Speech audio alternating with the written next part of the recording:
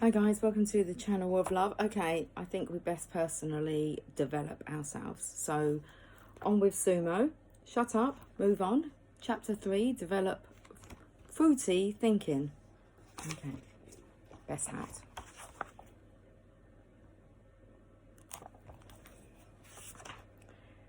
I love quotes. Perhaps my favourite is one I made up. Humility always was my strong point. It goes as follows. The most important person you will ever talk to is yourself. In chapter 2, we explored how we can hinder our lives by talking to ourselves and others in victim language. Talking to yourself, at least silently, is generally referred to as thinking. Other phrases you may have heard are self-talk, inner dialogue, or your mindset. But ultimately, whatever the language we use, we're exploring the conversations that go on inside our head. In this second SUMO principle, we are going to explore how we think. Thinking is a little like breathing. Most of the time, we are not aware we are doing it. People do not wake up in the morning and say, "I think I will breathe today."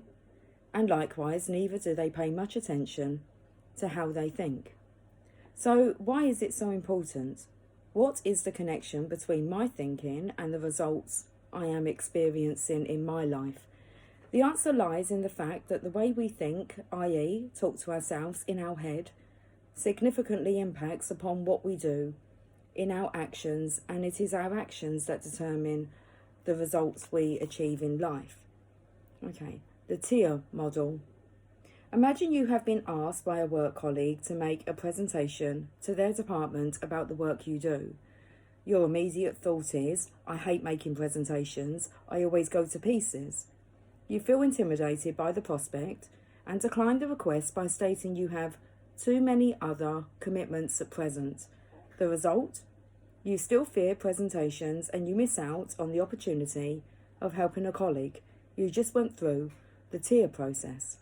T, thinking, points to E, emotions or feelings, points towards A, actions or behaviour, points towards results for outcomes or outcomes. Another way to illustrate this is as follows.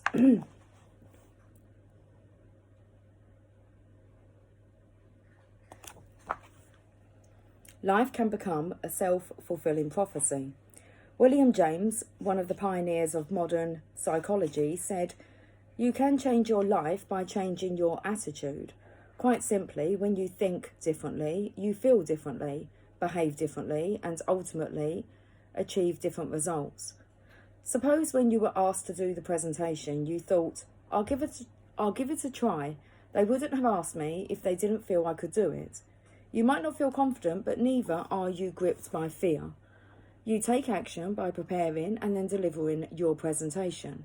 You get a result, you get a different result, an outcome, because you changed how you thought about the situation.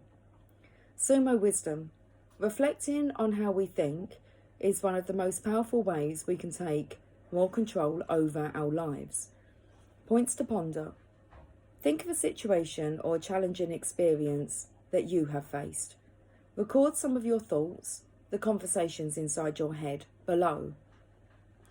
How were you feeling at the time? Anxious, fearful, confident, excited, daunted, motivated? What actions did you take? Did you avoid taking certain actions? What were your results? What was the outcome? In what ways would your outcome have been different if you had changed your thinking? How might the formula E plus R equals O have helped in this situation? What influences your thinking? How you view your life, yourself and other people is influenced by many factors. Let us examine 4 of them. Number 1, your background influences your thinking. A leading British entrepreneur records in his biography, how, as a youngster, his mother would often tell him the following: "Dare to be different, be prepared to rock the boat. It's okay to make mistakes as long as you learn from them. Life is not a rehearsal. Never forget, no one is any better or worse than you." Brought up in that environment, it is not surprising that this person became a risk taker, a visionary leader, and a person who, despite setbacks, always bounced back. Contrast that with a delegate on my course who told me recently that his father's advice on how to succeed in life was always wear navy and keep a low profile. The most important message you receive as you grow up is the one that influences how you see yourself.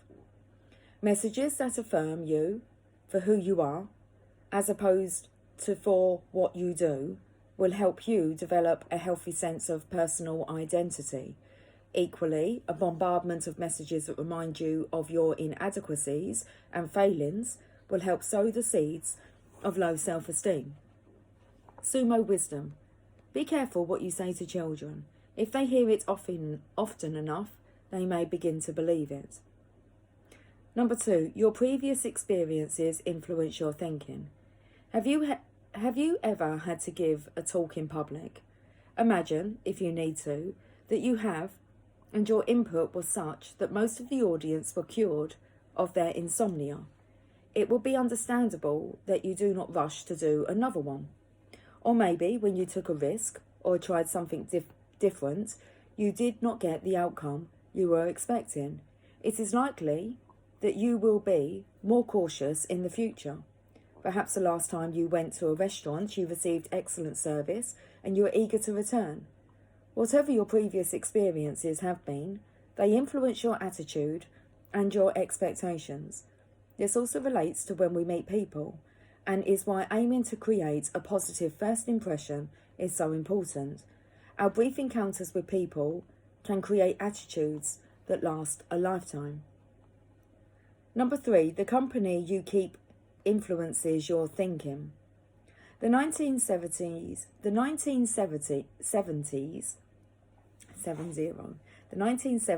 British comedy series Dad's Army started a Scottish character called Fraser.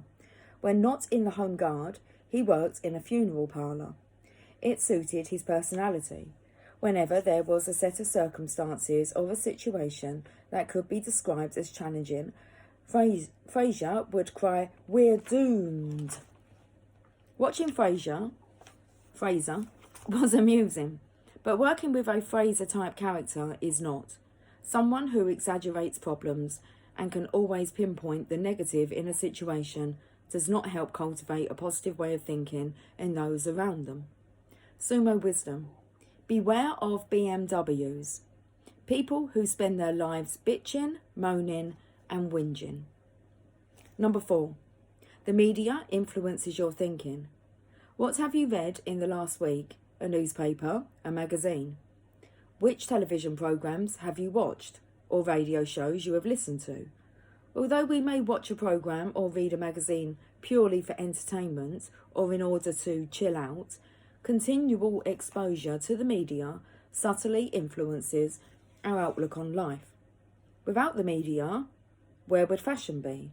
Where would celebrities be? Where would politics be? There is nothing inherently wrong with the media, but we need to be aware of how it shapes our thinking, particularly in relation to how we see ourselves. The obsession in some parts of the media with the appearance of supermodels and celebrities can cause young people, in particular, to feel dissatisfied with their own appearance and can affect what they think of themselves. The personal stuff. While I was working with a group of people who had been made redundant, I explained how their view that there are no jobs was a distorted one. I showed them a regional newspaper I had been reading that included a story on their front page about a pensioner who dropped a frozen turkey on her foot.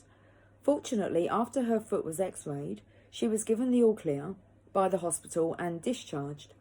Tucked away in some paper, on page 3 was a story about 800 new jobs being created in the area.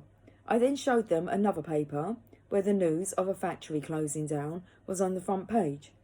These people's view of the job market was influenced by what the media chose to highlight. Negative news and mindless trivia dominated the front pages.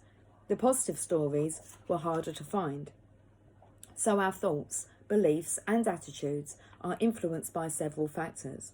They shape our lives, whether we are aware of them or not. The key to all this is self-awareness. However, whilst it is important to recognise the influence of various external factors, be careful you don't start to slip on the victim t-shirt, i.e., I think negatively because of how my parents brought me up, or my wife insists we watch medical dramas where there's never a happy ending. We still need to take personal responsibility for our thinking despite those external influences. Remember, E plus R equals O. Points to consider. Points to ponder. Consider how your upbringing and background has influenced how you see yourself. What messages about yourself do you remember hearing as a child? Were they mainly positive or negative ones? Think about your circle of friends. How do they influence your thinking? Be aware when you next read a paper or watch a television programme, how they are influencing your view of the world. We highlighted earlier, through the tier model, thinking, emotions, actions, results, the importance of our thinking. Let's examine in more detail how certain types of thinking patterns can hinder our ability to be successful. I refer to these thinking patterns as faulty thinking. 4 types of faulty thinking. The first type of faulty thinking, the inner critic.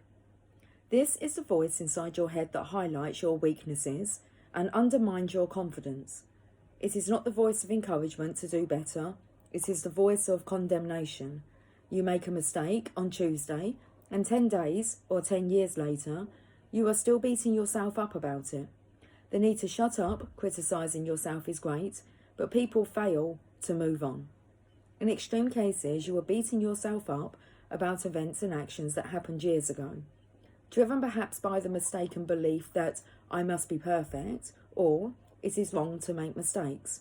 The inner critic can help demolish your fragile walls of confidence. SUMO wisdom. Remember, each of us is complex. None of us is perfect. Mistakes happen. Move on. The inner critic takes root in our lives from early childhood and is fed and watered by the 4 factors we have just explored. Number 1, your personal background. Number 2, your previous experiences. Number 3, the company you keep. And number 4, the media. The personal stuff. I recently worked in a local school with a group of 11 to 12-year-olds. I started to explore the inner critic with them and help them to understand its destructive nature. In order to tackle it, I suggested that we needed to expose it. I split them up into small groups and asked them to write a list of sayings that they might hear from the inner critic. Deep down, I hoped they would struggle to come up with many. Within 5 minutes, they were asking for more paper. The language of the inner critic includes I ought, I must, I should, I'm always getting it wrong, how could I have been so stupid? Sometimes the voice of the inner critic speaks as an internal third party. These are phrases I have regularly heard inside my own head. Why didn't you? That's typical of you. You always get that wrong. Don't get ideas about your station, or don't get ideas above your station. Do you honestly think people want to hear that? The emotional intensity behind what you say to yourself determines whether the impact of the inner critic is that of a common cold, annoying but not life-threatening, or pneumonia, much more serious with potentially damaging consequences. SUMO wisdom. It's not simply what you say to yourself that matters, it's how you say it and how much you believe it that counts. Silencing the inner critic, however, is not an abdication of your desire to improve or an abandonment of responsibility regarding a mistake made. Your ultimate goal is to become a coach to yourself and not allow past mistakes to make a prisoner of your potential.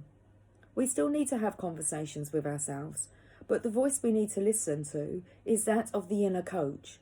This voice has your best interest at heart. It is for you. The inner critic condemns you. The inner coach encourages you and inspires you to improve. And in a few pages' time, you will learn how to tune into this voice.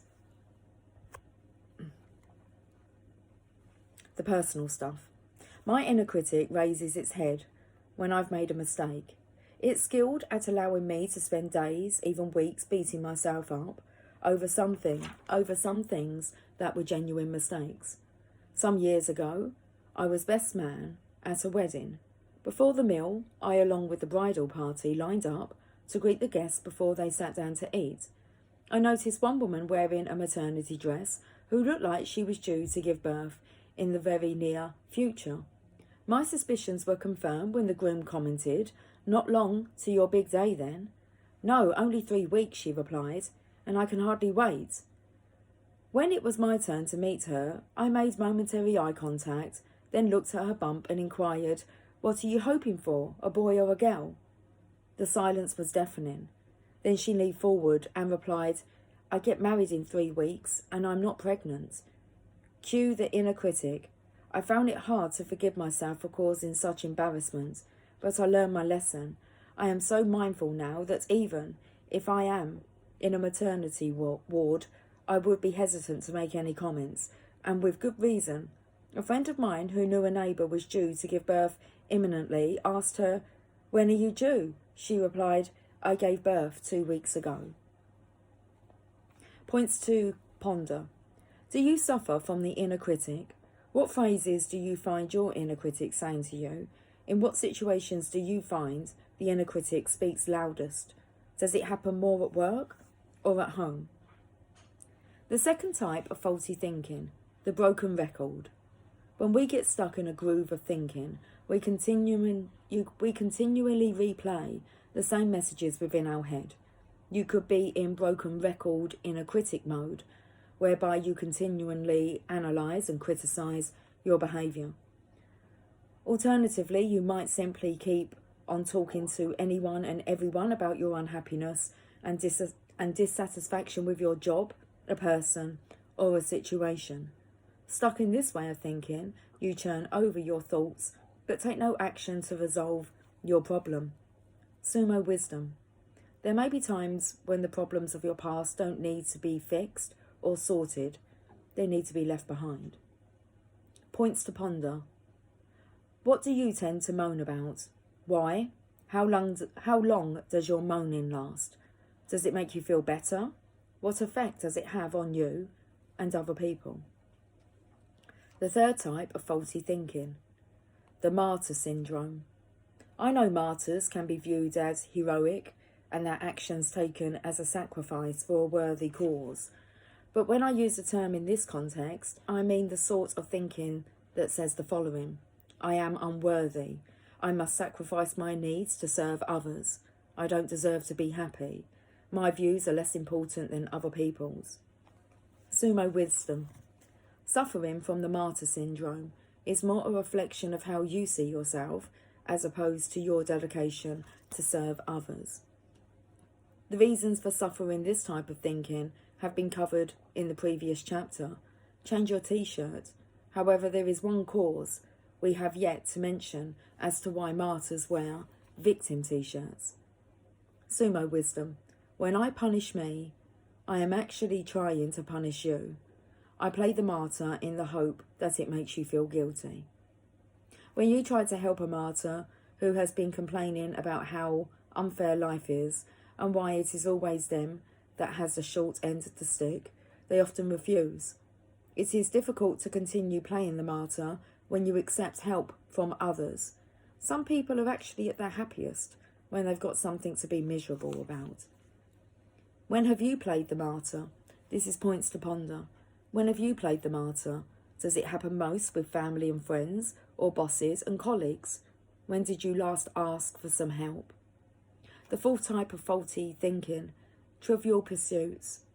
Another way of understanding this type of thinking is when we make mountains out of molehills, although we'll see in our final chapter when this is appropriate. People have the ability to get angry or upset over the most trivial issues. Relationships are ruined, and people suffer from anxiety, often not because of something major, but due to something insignificant. Trivial pursuits can have a snowball effect and distort your view of reality. SUMO wisdom. What you focus on magnifies. This inability to see things in perspective can result in a reaction or outburst that is completely disproportionate to the actual event. Sounds familiar? It does to me. This type of thinking can be closely allied to the others. You can be a broken record inner critic about something quite trivial, and we may play the martyr because of some insignificant event.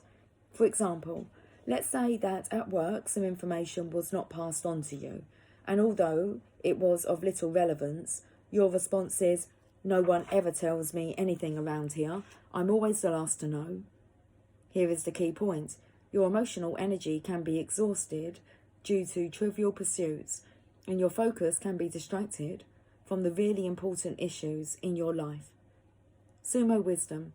Perhaps it's not the circumstances that need to change, but more your perspective of those circumstances. Points to ponder. What are some of the trivial issues you allow yourself to get upset over? What are the consequences of your reaction? When do you get into trivial pursuits? At work? In the car? With your children? With your partner? Here's a brief exercise to identify where and how often you're in faulty thinking. Be as honest as you can with your answers. Okay.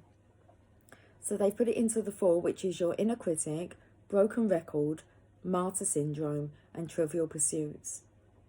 Okay. And you've got a box to tick: home, at work, whether it's daily, 2 to 3 times a week, occasionally, or hardly ever. Can you see that?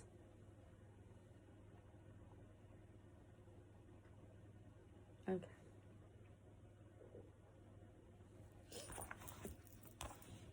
It will be interesting, having completed the above, to see if you experience 1 or 2 types of faulty thinking more than others. You will also find it enlightening to see the context in which you experience the faulty thinking. Why don't you put it in your diary? Say 3 months from now, a follow-up action to revisit this exercise and see what changes there have been. The personal stuff. I recently worked with an organisation on a Succeeding Through Change programme for managers and staff. What fascinated me was what constituted massive change for some staff. One guy said, "They've only gone and moved my desk. It was still in the same office." Others complained that the coffee machine had moved to a different floor and they now had to climb the stairs in order to get a drink. From my own experience, I had been close to declaring war due to the fact that I often found toothbrushes in every room of the house except the bathroom. Why slip into faulty thinking? At times we all slip into faulty thinking and often forget. At times we all slip into faulty thinking and often for quite irrational reasons. So why do we do it? To understand this, it is helpful to know how your brain works. Let me give you a useful model. Wow. How the brain works. If we were to take a cross-sectional view of your brain, we could divide it into 3 distinct sections: the rational brain, neocortex, the emotional brain, limbic system, and the primitive part of the brain, or stem cell.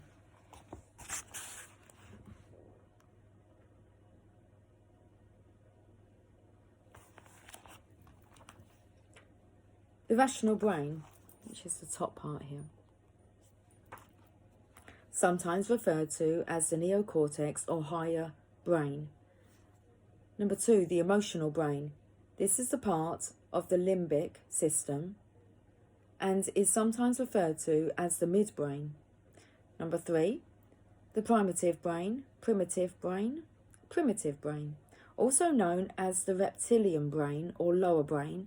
It controls our fight or flight response, our desire for food, and our sex drive.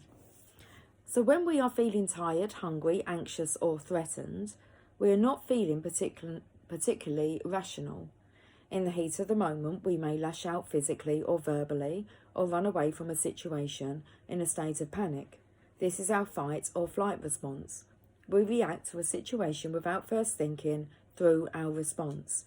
This might explain the scenes in my household when I can't find my toothbrush.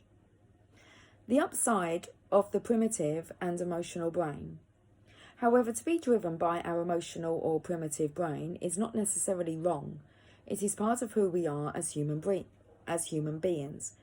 If everyone were completely rational about things in life, our world would lack passion, variety, and excitement. Appreciating the highs only happens because we have experienced the lows, and being rational can sometimes be dangerous. If you are in a meeting room and a man-eating lion who also has a taste for women walks in, the rational response, "How did that get in here and why isn't it wearing a visitor's badge?" will do little to save you. When it comes to matters of life and death, primitive brain wins every time. We don't have time to be rational. We must react instinctively. Our emotional brain helps us to appreciate art, to be passionate about something, and to engage creatively in an idea. People are moved to take action over an issue, not due to some rational urge, but because emotionally they feel compelled to do so. The upside of the rational brain. Some of the problems and challenges we face in life are due to our inability to tap into our rational brain. Being rational can bring a fresh perspective and new insights to an issue. It helps us to utilise the problem-solving attributes of our higher brain. It can prevent us overreacting to an event and avoid saying and doing something that we later regret. By accessing our rational brain, we can discover an antidote to faulty thinking. It is a process I refer to as developing fruity thinking. So how can we engage our rational brain? The key to engaging your rational brain is to ask yourself questions. Questions are powerful. The quality of them determines the quality of your answers. To understand this more fully, let's explore for a moment how our amazing brain works. Let me just see if we're going to carry on.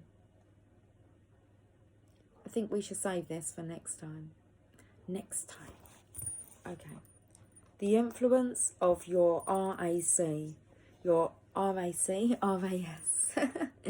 The influence of your RAS, reticular activating system. Reticular activating system. Interesting. Okay, I will catch up with you guys soon. Until then, take care. Much love. Bye for now.